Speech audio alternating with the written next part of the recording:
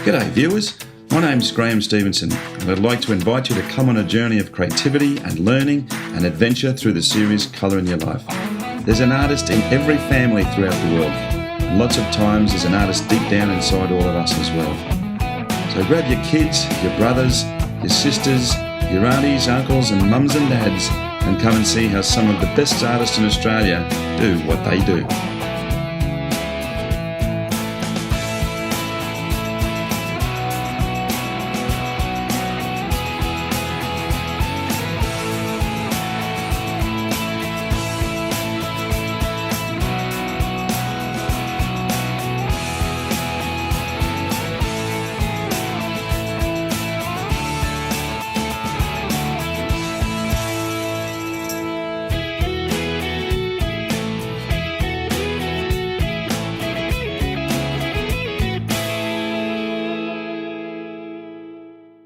Well, good day viewers and welcome back to Colour in Your Life. Well, today we are down at Sydney Harbour, the most beautiful harbour in the world, with an amazingly talented human being, Mr. Malcolm Carver. Welcome to the show, pal. Thank you. Great to be here. Now, this man is an award-winning architect, an award-winning artist, and I'd say duly one of the most creative individuals I've met in a long time. It's quite amazing your history and what you do. You're a world traveller as far as your workshops are concerned. But you're an inventor as well. You're a creator of so many different things also. I mean, even through your architecture, but through your art, for a start, and in all the workshops that you do throughout the world, is that you've literally invented all of these different ideas and put palettes together that are so easy for people to use, which is fascinating. You've also got, obviously you use your own colours all the way through with what you do. And I just dropped this, I'll pick it up again. But you also have your own paintbrushes as well, which I think is just fascinating. Now we're going to be using these today in the process of watching what Malcolm does, but where did all the inspiration from this come from, mate? I mean, what prompted you to put all this together?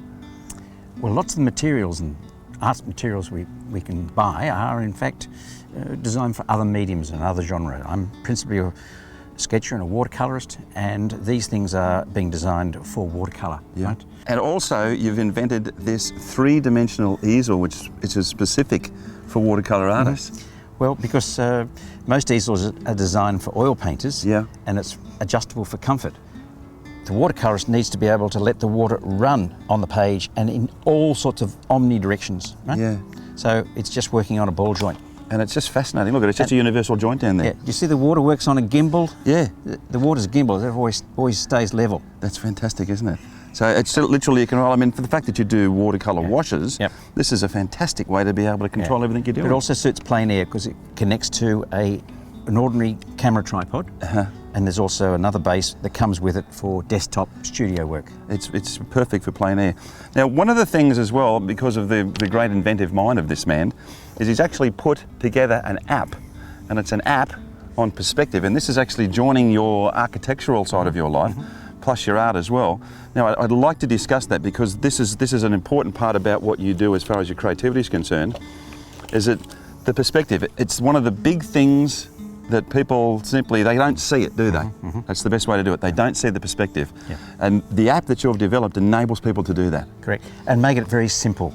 Make it simple to actually see perspective, because many of the books are written are far too complicated. And really, if you can tell the time, you can see a clock, and I can show you in the process of doing this little painting that we're going to do today, that it's really about just setting your eye level and setting where you are along the eye level, and you can see where all these elements come into perspective, and it shows you how effectively you can create depth in your painting. It's amazing. And there's another one that you use from the Plein Air Society in America as well, which helps you with your tones. Yeah, so the perspective is really to help you get the drawing right, and drawing is really fundamental to all painting.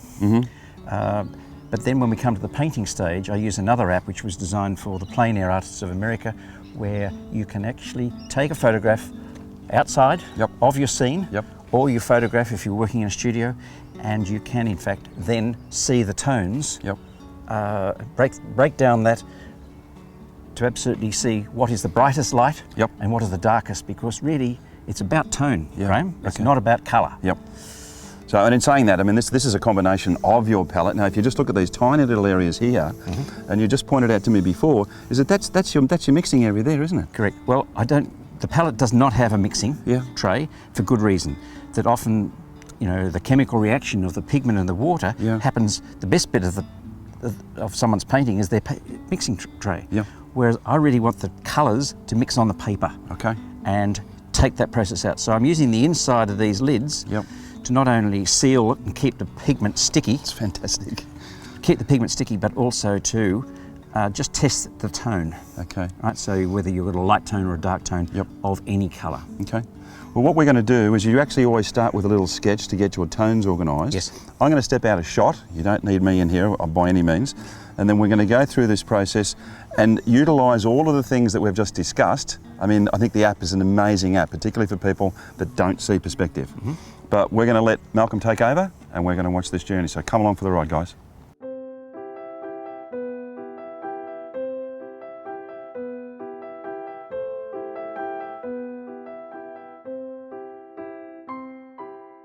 Okay, Malcolm, well, you're going to start with your tonal sketch. Light is very, very important in what you do, but where do you go from here? Okay. We have this spectacular view of Sydney, and we need to set some boundaries as to what's going to be included in the pictures, because often we get overwhelmed by these panoramic things, so we've really got to sort of set those boundaries. So you can do it with just an old mount, or in this case, I'm going to do it with my iPad. Now, these have become very useful devices. They're more than a camera, and I'm just going to show you that we can, in fact, use this little app to help set some construction, so that becomes the sort of framework for a tonal sketch and also the painting itself. And this is the Malcolm Carver app? Well, yeah, in perspective. Okay. And it was really created to help artists see perspective, because there's a lot of hoo-ha about perspective, and it's very easy. If you can tell the time, you can do perspective. Okay. So I'm just going to use the app to take my photograph, set my left-hand, right-hand boundaries, and by adjusting this I can find out what is my eye level. So the eye level there, and then I have to work where am I to form a focal point. And then I just go apply, and that sets up in just an ordinary clock. So when I've got the clock, I can then see where these piers and things are, these little jetties, so I get the right angle. So I can now establish where I'm going to put that horizontal line when I do the sketch, and the whole thing comes from having that introduction. It's basically overlaying mathematics on top of your scene. Correct. Yeah. So obviously, in using a sketchbook to do this little quick tonal sketch, all I need to do is establish really what that line is. I use my thumb on the edge of the sketchbook in order to be able to draw a straight line. And then I can use this thing here, it's the same like that, to establish what that line's going to be. That approximates what I had in the In Perspective app, and I can see from the In Perspective app what sort of angle those jetties are. So you can just tell how much time. That's 15 minutes past the hour, 17 minutes past the hour, and probably 20 minutes past the hour. And you can get some idea of where those things are. Okay, so now, having all of that, I now go to a slightly more detailed sketch, and you can see I've got my horizon line in there, I've got my vertical line, I can establish where these jetties and things are, and all of that starts to really come together. Now the most important thing is that I need to establish the tone. Yes. Because that's really the purpose of doing these little sketches first, so that you get sort of a feeling of what's going to be in the composition and what's going to be top and bottom, and how I can get all those sorts of light. So then, in order to be able to do that little tonal sketch, I need to actually just use another app, which is the one called Value Viewer, designed for the value for the plein air artists of America. We then use this app, just take a photograph using the app and line it, and then turn it immediately into grayscale. So it's a bit like putting it on a photocopier, it just goes black and white. I can now use this thing called levels, which will convert it to principally 3 tones: white, black, and a mid-tone, which is basically grey. So that helps me create the sort of darks. I can see where the darks are going to be, where the reflections are going to be, and I can now move very quickly into the tonal sketch. Fantastic. And this really is designed to simply help you with the tonal values of your colours when you actually go to do your main piece. Correct. So I've actually got the framework of the foreground here, which helps to establish this beautiful sort of vista here, and then the very distant thing is this whole profile of Sydney. And they've got various different buildings and things all in here, which just indicate them. We don't have to actually create every building. It's really the art of suggestion. And these tonal sketches should only take about 5 minutes. So once you've actually established your drawing, that enables you to move on to your painting? Correct. Yeah, fantastic.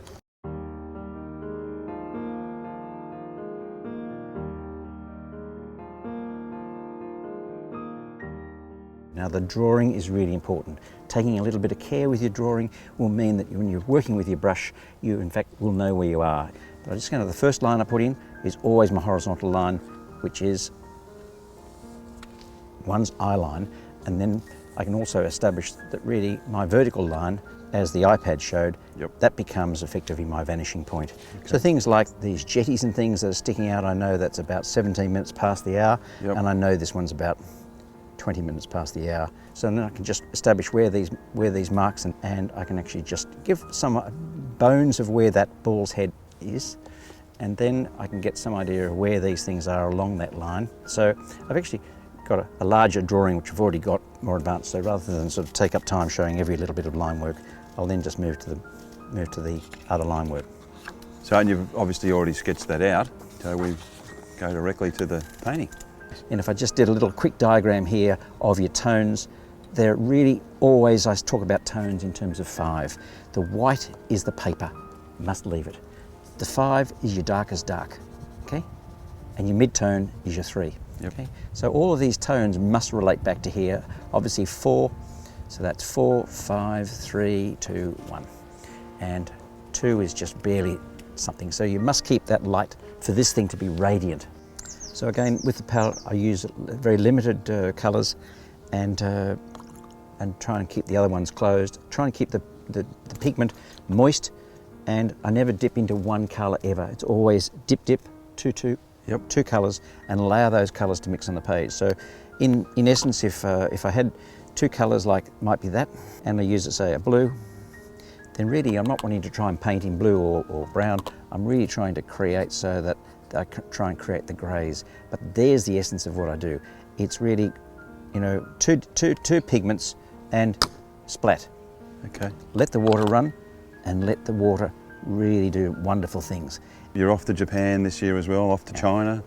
You've been to Spain, Greece, Fiji. Just been to Greece. Yeah. Greece is a wonderful place. Just travelling the world, doing what you love. It's tough. Yeah, I can see that. Now also, in reflecting on the brush that you're using there, Malcolm, and this is of your own design as well, which I think is just a fantastic tool, but it's the shape of a brush that enables you to have very fine lines and then do washes. If you're doing one sort of stroke with a broad brush, you don't then have to change that, find the identical colour, come back and do fine lines. You can just turn the brush over and use the sort of things.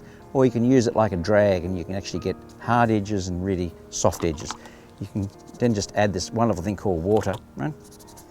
And just let it. There you go. Let things happen. What was the moment in your architectural career that you suddenly realised that you wanted to transit from being a professional architect into being a professional artist? There must have been an epiphany at some stage. Wow. I've really drawn and painted all my life, but it was really nice to transition away from not having to worry about clients, and what's really important in life is to move on. I mean, you can't do architecture, it's an intense thing. I had 80 people working for me. There's too much really worry and responsibility in keeping everybody else's mortgages. Just to still encapsulate it, come back and say, what is it you want to do? Yeah. And this is really what I wanted to do, and I always thought that all those other watercolourists and painters had a lovely life, and it's true. Absolutely.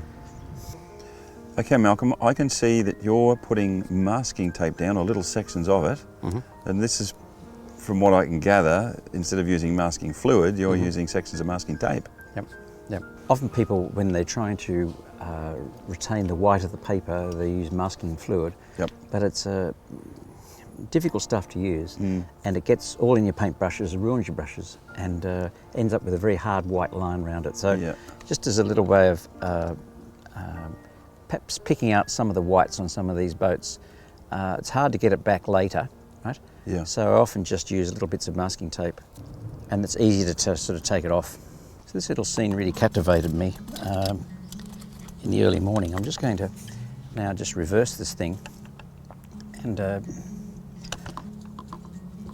spin this so that it's more around like that. So this is the beauty about this. It's just that's fantastic that you've got so much manoeuvrability. Well, I want this wash to run this way. It's Yep. sort of like a bit like the sort of when I first came here today, a bit more like the early morning light of things.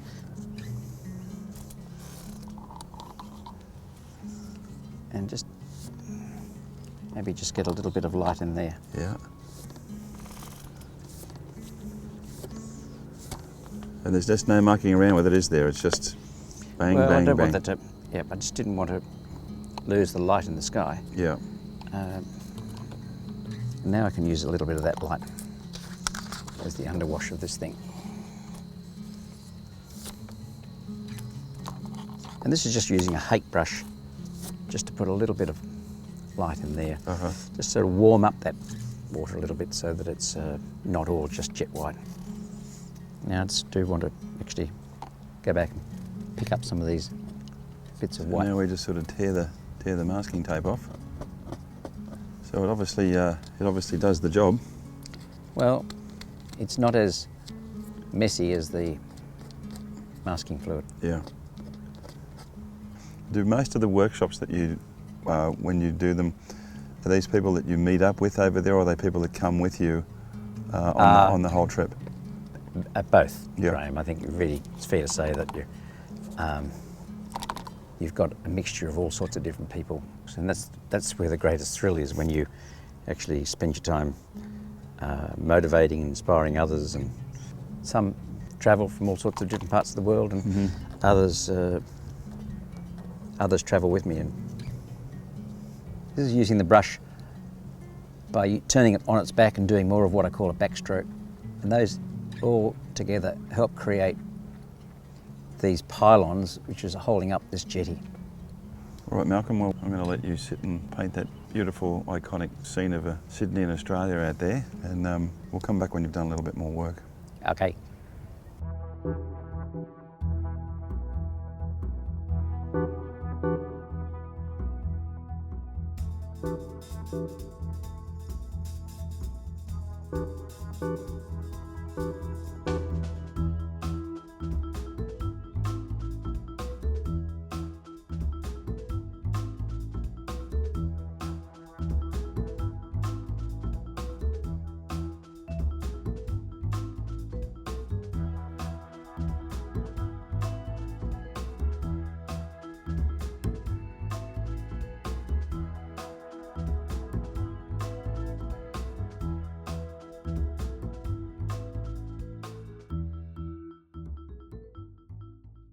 So having blocked in the foreground shape, that's really raised the light level of the water.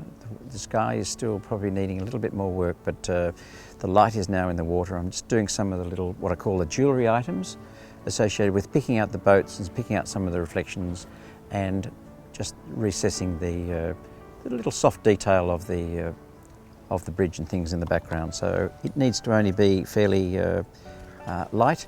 And of course the bridge is in fact often referred to as the coat hanger. It's really like one great big arch, and the road and the rail bridge is in fact just hung or suspended from that. So it's very important that those verticals are in fact very light, and I probably even do those with a pencil because it's very hard with a brush, even with a fine tip points. And of course what we do have here, what's really very exciting, is we have a lot of these white masts that are there, right? And so what I do with the white mast is, rather than try and do it with a brush or use white gouache paint, I use a thing called a white gel pen. It's a very good thing because you can get things like masts and rigging and things on boats to be like, they're just fine lines.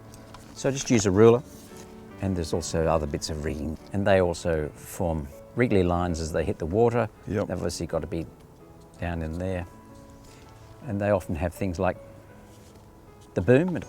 So I find that a very effective way of actually helping to create the idea of boats. And the only last thing to do is to just do what I really think is just a little bit of the jewellery items of just the little things that are going to bring out that sparkle. Now if I look out here at that what is just a stunning view is that the red of the catamaran is really bright and cheery, and the really lovely little colours over here in the tugs. I just think we ought to pick those up with a bit of bright colour, and that will really probably finish off our work. And all it's really left to do now is to just put a mount around that and absolutely sit back, and the mount will in fact ensure that the painting really does push back even further if you surround it preferably with white. And we just pop that on, and you'll see that this will just push it back even further. So voila. So again, you can see how the white frame sort of then just hones in, and you can just see how there's this depth coming from using 4s and 5 in your tones here and the stronger, going through to 2s and 3s, introducing perhaps little bits of colour on the local colour on the boats and the reflections in the water, and just playing that all back so that you're not painting red roofs and things there in the distance, and just the inference of perhaps a little bit of sky, and all that's left is really a signature. It looks fantastic, mate, it really does. Very, very well done.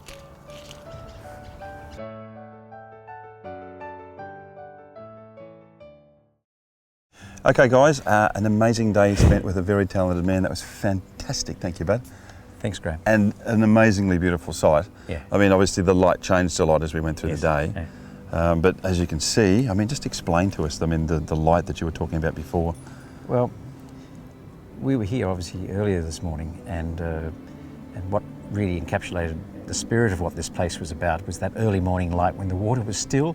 What was important here was to capture this light in this part of the thing and put the darkest dark next to the lightest light and let this thing become much more vibrant, and just tone the sky down a touch and amplify the light into the water area. That's fantastic, and it worked out incredibly well.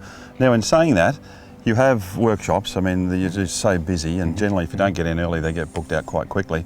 But your website address for all of the things that you have and your workshops is? Just carverstudio.com. carverstudio.com. Go in there. It's a really extensive website with a whole bunch of very, very interesting things in there as well. Malcolm's got DVDs of all of the trips that he's done. It's just amazing stuff. Also, if you want to see more, you can come to colorinyourlife.com.au and see what we're doing.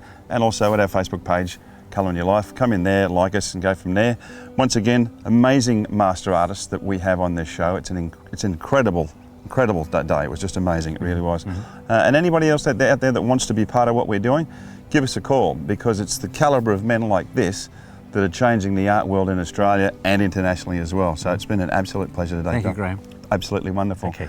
We're going to head off again, leave this beautiful harbour behind us, which is a great shame. Yeah. And until we meet again, remember, make sure you put some colour in your life, guys. And we'll see you next time. Bye now.